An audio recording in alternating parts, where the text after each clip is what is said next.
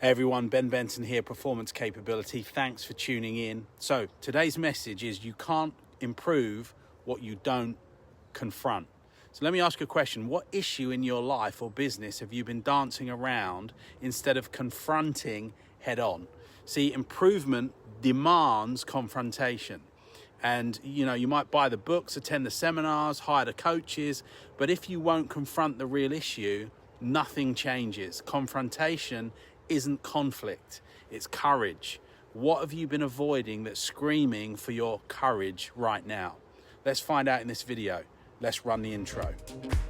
I'm scared to death and the ground is shaking.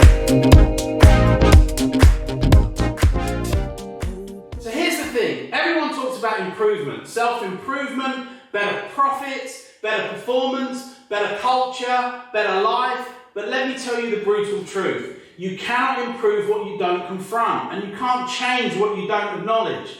You can read every book, buy every course, hire every consultant, but if you won't confront the real issue, nothing changes. Improvement demands confrontation. And confrontation isn't about conflict with others. It's about courage with yourself.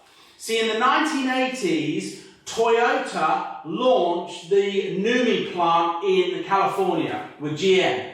At first, it was a factory of disasters. Workers skipping shifts, cars rolling off the line with missing parts. GM executives wanted to throw money at new machines, better marketing and fresh slogans. But Toyota took a different path. They confronted the truth. The problem wasn't the machines, it was the culture. Workers were treated like cogs, not humans. So Toyota confronted leadership practices, redesigned systems, and gave workers permission to stop the assembly line if they saw a flaw. Within 2 years, NUMMI plant went from one of the worst factories in America to one of the best in the world. Not because they talked about improvement, but because they had the courage to confront the real issues. See, imagine this for a moment. Imagine a doctor who refuses to confront the disease, but just prescribes painkillers for the symptoms. The patient may feel well for a while, but the illness is still going to spread.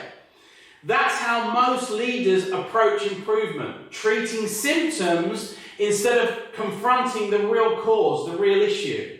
Improvement without confrontation is just anesthesia.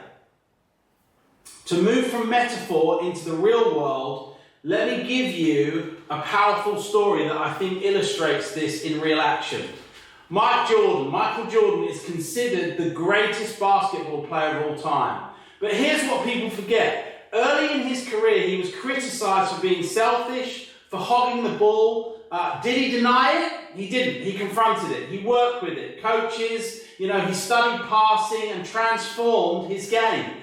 That confrontation turned him from a superstar into a 6-time champion. Confrontation didn't diminish his greatness. It literally multiplied it. So here's a question I want you to ask yourself. What problem in your business are you medicating with distractions, temporary fixes or excuses instead of courageously confronting head on? What conversation with yourself are you avoiding because it feels uncomfortable? Maybe about your health, maybe about your leadership, your personal discipline. And how long will you let that silence steal your progress? What areas of your growth, your income, your influence, and your impact would explode if you finally confronted the real cause instead of effortlessly tinkering with the symptom? Comfort never improves you. Confrontation improves you. You can escape confrontation for a season, but you'll escape improvement forever. The shortest path to growth is the longest look in the mirror. Just remember that. Now, let me share with you a couple of things that you can do as a result of this.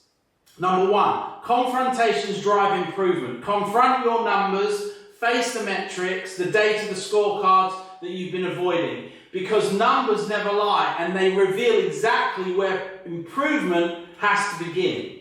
Secondly, confront your habits. Shine a spotlight on your daily routines, unconscious patterns and hidden rituals that are either compounding your success or quietly sabotaging it. Confront your excuses. This is number 3. Confront your excuses. Strip away justifications, rationalizations, and clever stories that you tell yourself, because every excuse is a thief that steals progress and your ultimate potential.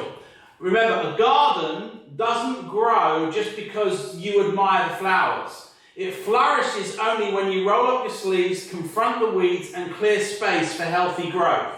A building doesn't endure simply because you paint the walls. It stands tall and lasts long when you confront the repair, the cracks, the foundation, the very core that determines its strength.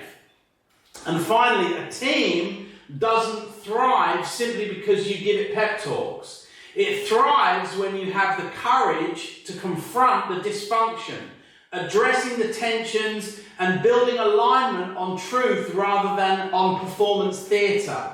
Okay? Avoidance is the enemy of improvement. It masquerades literally as comfort in the moment, but it silently robs you of progress, strength, and ultimate opportunity. So confront the cause, not the consequence. Because chasing consequences is like mopping the floor while the pipe keeps leaking.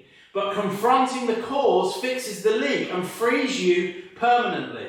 Improvement begins at the edge of discomfort, because every breakthrough lives just beyond the line where fear and honesty meet, and only the bold are the ones that are willing to cross it. So here's your challenge. Pick one area of your life or your business you want to improve. Now write that down. The uncomfortable part, the uncomfortable truth that you've been avoiding. The real confrontation, maybe it's a financial number, maybe it's a bad habit, maybe it's a relationship that you've let slide. Think about these things this week. Improvement doesn't happen by wishing for it. It happens by confronting, and remember, what you confront you can improve. What you don't confront is going to stay the same. I'm Benson. This is Performance Capability at performancecapability.com and bensonspeaks.com. I have a book for you. It's called The Art of Strategic Intention. If you would like a free copy of this, you can go to bensonspeaks.com and download it if you sign up for free. Or you can go to the book section if you want a physical copy. I can send that out to you.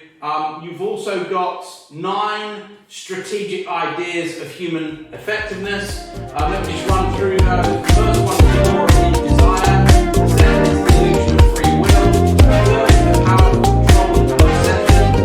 4 is the nature of Hold your breath, all the moves we're making. And 6 is the alchemy of reinvention. Number 7, the art of the long game. Number 8, the currency of influence. And number 9, the psychology of attraction and repulsion.